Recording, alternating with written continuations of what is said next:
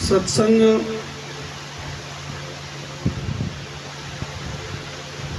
दूसरी मोमबत्ती जलाने के उपलक्ष्य में किया जा रहा है। दीपक से दीपक जलता है तो प्रथम दृष्टया जो दीपक जलता है उस प्रकाश में से प्रकाश को लेकर के दूसरा दीपक न जाने कहाँ जाकर के प्रकाशित करता है। इसलिए गो है त्रिगुण आकार माया का रूप ही रूह है निर्गुण रूप सो ब्रह्म स्वरूप। गो है सर्वगुण देह मंत्र देत जो कान में रूह है निर्गुण रूप स्वाभाविक। सरगुण से निर्गुण कछु अधिक न जानिए निर्गुण सरगुण रूप एक ही मानिए। पहले सरगुण से निर्गुण पावे ही और पहले निर्गुण से तो कबू हाथ न। प्रेमियों,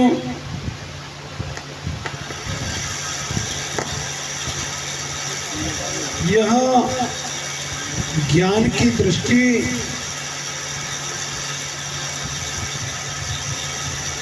किस व्यक्ति को कहाँ से मिलती है, यह निर्भर उसके सदुपयोग के ऊपर निर्भर करते हैं कि वो उसका कितना सदुपयोग कर पाता है। यहाँ हम दूसरी बार आए हैं। प्रथम जब आए बीच में कई बार कोशिशें की गई गुरु जी के द्वारा, मगर अस संयोग ईश जब करही तब कदाचित सो निर्भरही। ऐसे संयोग ईश के पास हो अपने मन माने नहीं हो। ये कुदरत के संयोग से ये प्रोग्राम हो रहा है। अगर मन के अनुसार हुआ होता तो रखी हुई तारीखें आगे नहीं जाती। कार्य नियत पूर्ववृत्ति कारणम, किसी भी कार्य के करने से पहले जो नियति जो वृत्ति पूर्व नियत की जाती है उसको हम कारण कहते हैं। कार्य नियत पूर्ववृत्ति कारणम, किसी भी कार्य के होने से पहले जो वृत्ति नियत होती है हम उसको कारण कहते हैं।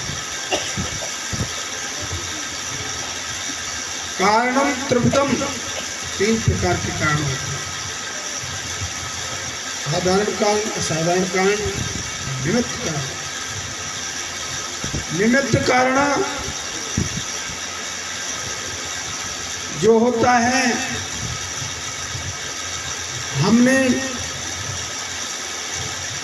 नगारे में चोट लगाई है, वह चोट आवाज निकली तो वह चोट जो है अक्षरों से बाहर निकली, अक्षरों से बाहर निकली, वह लिखी नहीं जा सकती। शब्द दो प्रकार का होता है,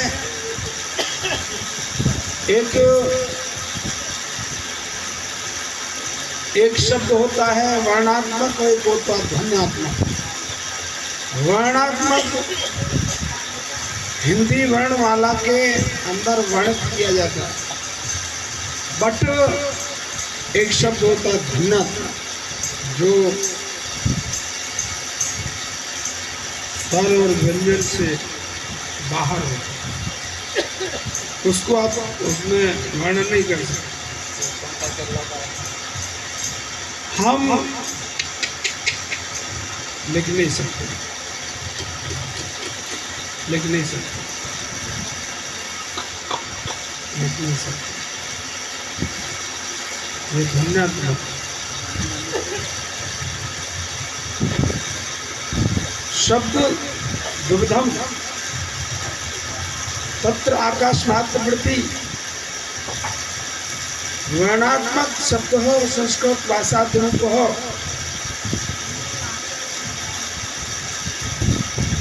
ध्वन्यात्मक यंत्र भेद यादव,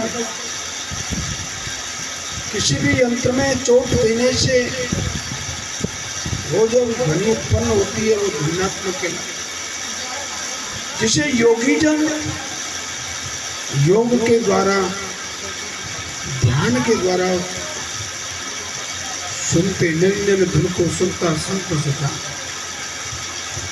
बैठ एकांत लगाकर आसन, मूंद लिए दो कान, झीनी धन में सुरत लगावे करे नाप पहचान, निरंजन धुन को सुनता संत सुखा। वो स्वर के माध्यम से स्वर की जब साधना करता है, नाभि से उठना करे देख गगन को तान, हंसा हंसा जब तक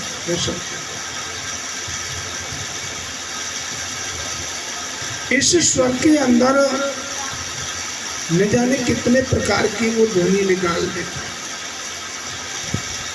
अभी ये बाजा है, मास्टर बाजा बजाता है, ये उसके माइंड के कलाकार ही है, तो उसमें कितने प्रकार की ध्वनियाँ निकालता है, कितने प्रकार के स्वर,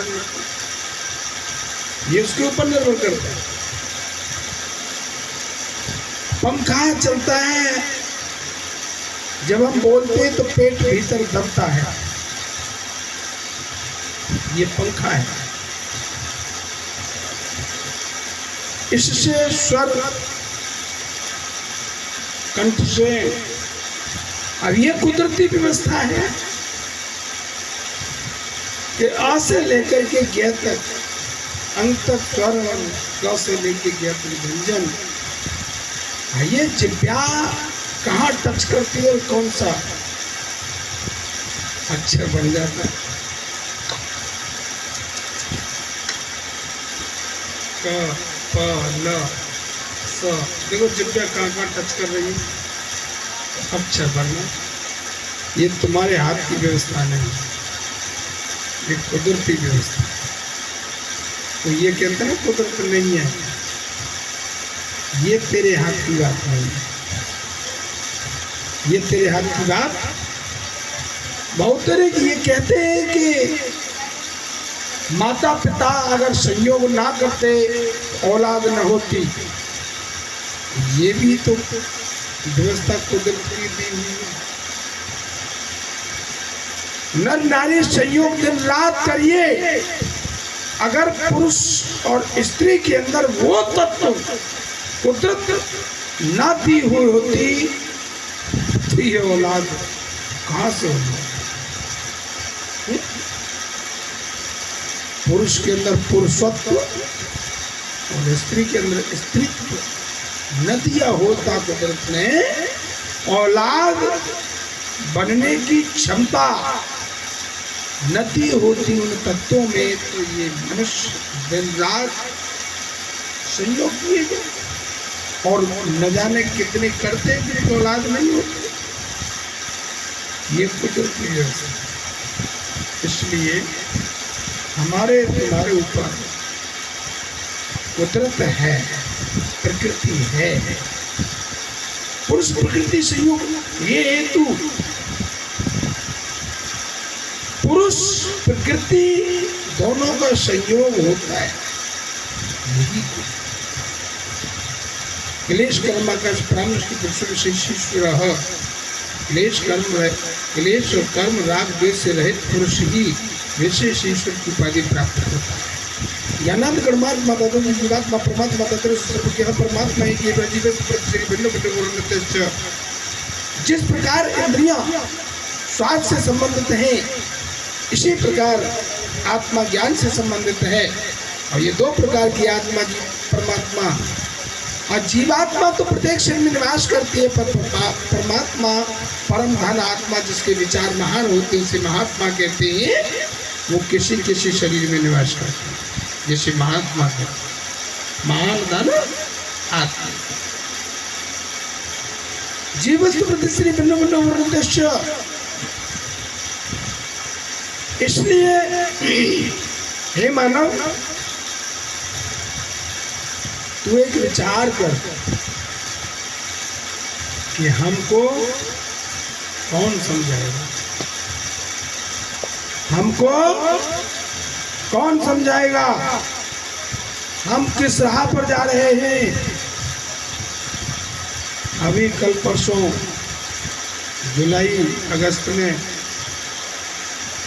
मुआवे की कावड़ यात्रा, माँ बाप के साथ क्या हो रहा है इस बात की कोई चिंता नहीं है, परंतु 90% लोग नशेड़ी, नशा करने वाले और कावड़ लेने जाएंगे। 90% लोग नशेड़ी,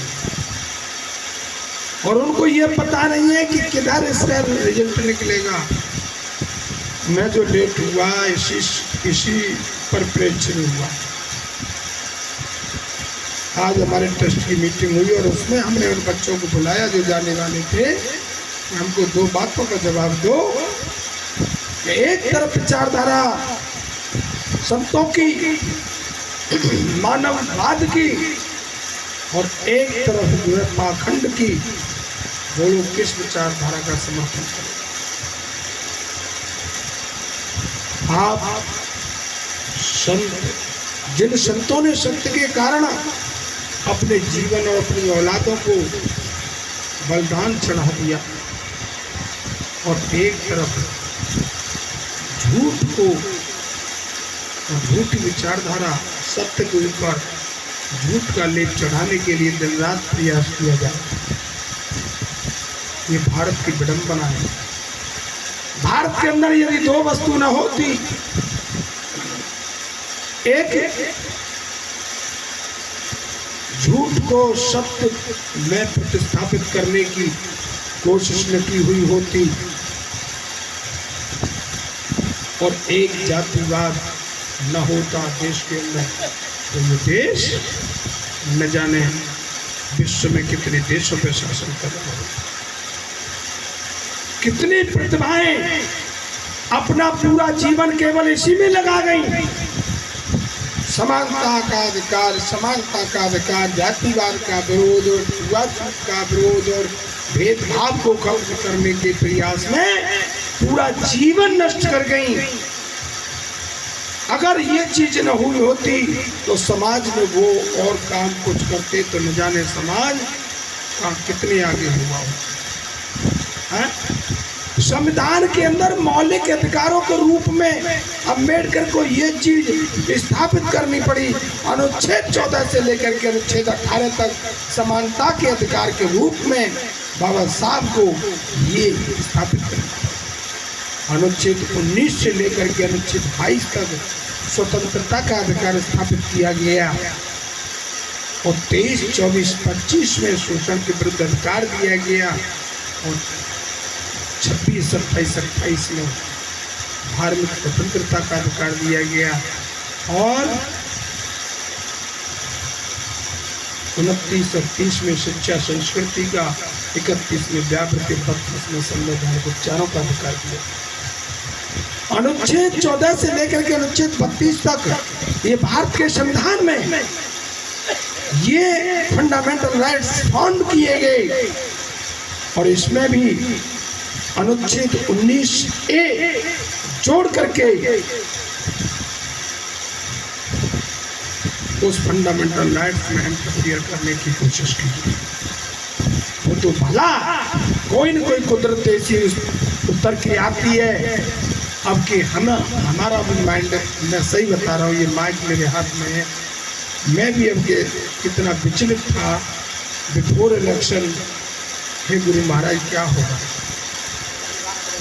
जिस व्यक्ति ने अपना पूरा जीवन स्थापित किया, इसमें कम से कम सैकड़ों लोगों का बलिदान हुआ, जब जा कर के ये दस्तावेज तैयार हो करके समाज की एकता और समानता स्वतंत्रता स्थापित करने के लिए ये संविधान बन के तैयार हुआ।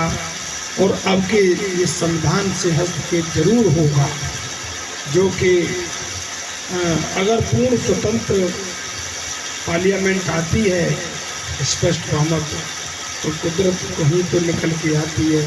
वो पूर्ण बहुमत न आकर के लंगड़ी सरकार आई तो आपका संविधान बच गया।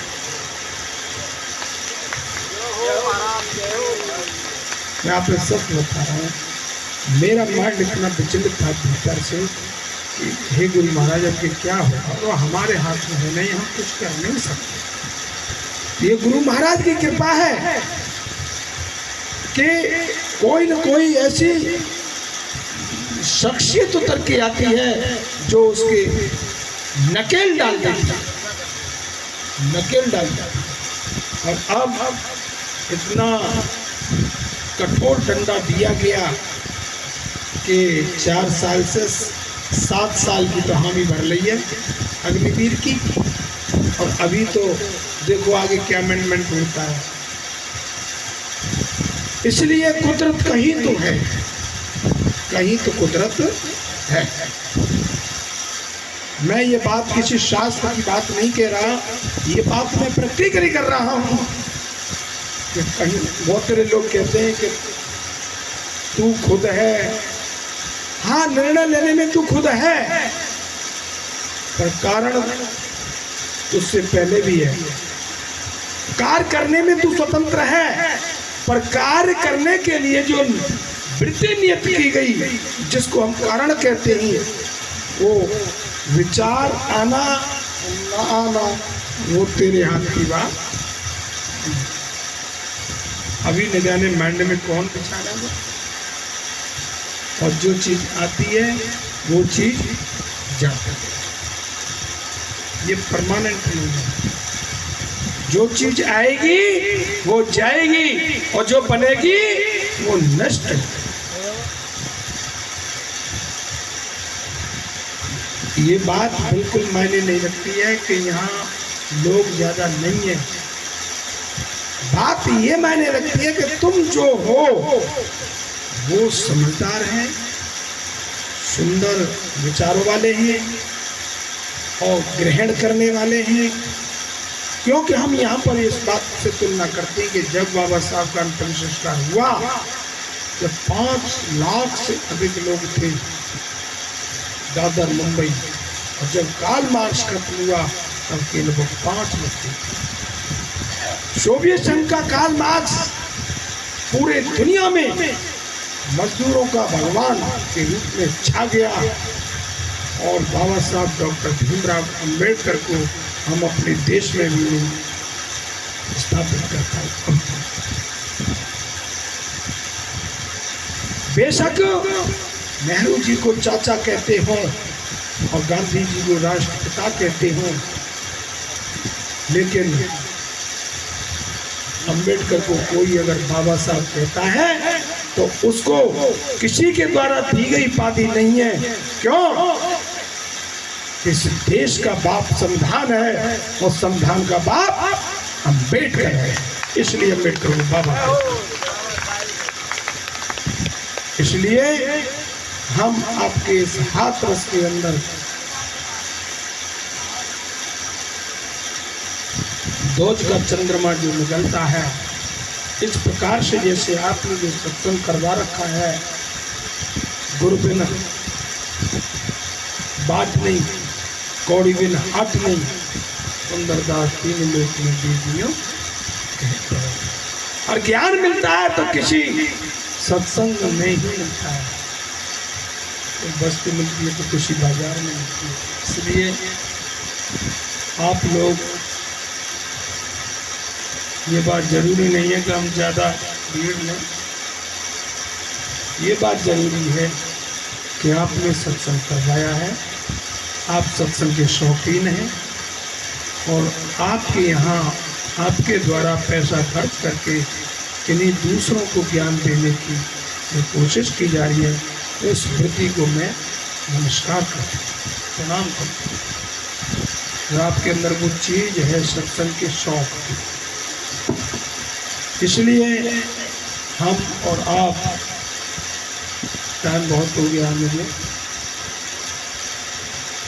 बोलने के लिए, तो न जाने कौन कितना बोलता है। आप में सब चीज़ की लिमिट होती है। अभी आगे संत महात्मा है, मैं इन्हीं शब्दों के साथ अपनी वाणी को ध्यान देता हूँ। नमस्कार।